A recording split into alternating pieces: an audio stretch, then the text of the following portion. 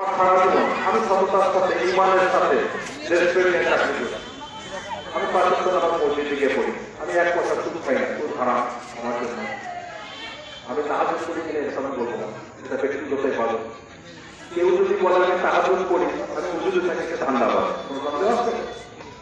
তাহাজ্জুদ হচ্ছে আল্লাহর সাথে ডাইরেক্ট কথাবার্তা। তাহলে একজন ভালো মানুষের সংজ্ঞা আপনি কিভাবে নির্ধারণ করবেন? যারা ঈমান আছে, আল্লাহকে ভয় পায় না?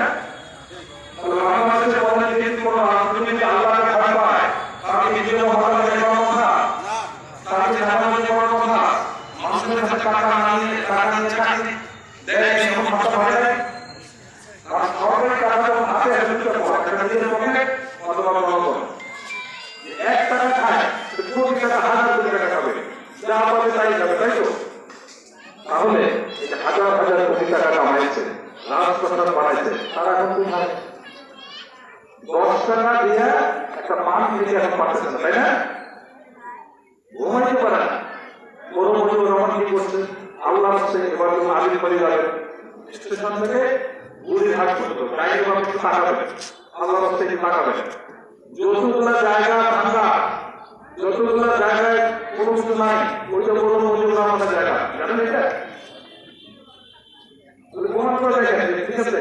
এই যে আলিমবাড়ি স্টেশনটা পাড়ে আছে, ব্যাংক এরিয়া আছে, একটা ভাঙা গোলাম আছে, দেখেন তো আপনার ভাঙা গোলাম আছে।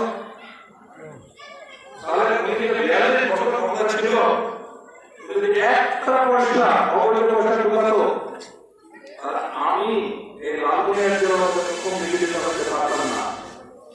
আমার প্রথমে লালমনির প্রথম রেজিস্টার কোন সহজ কথা নয়।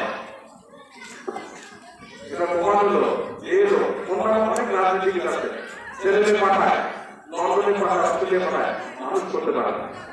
বিধবা ভাষা বাড়ি সব পয়সা মানুষ দিতে আচ্ছা, এটা পারতেন।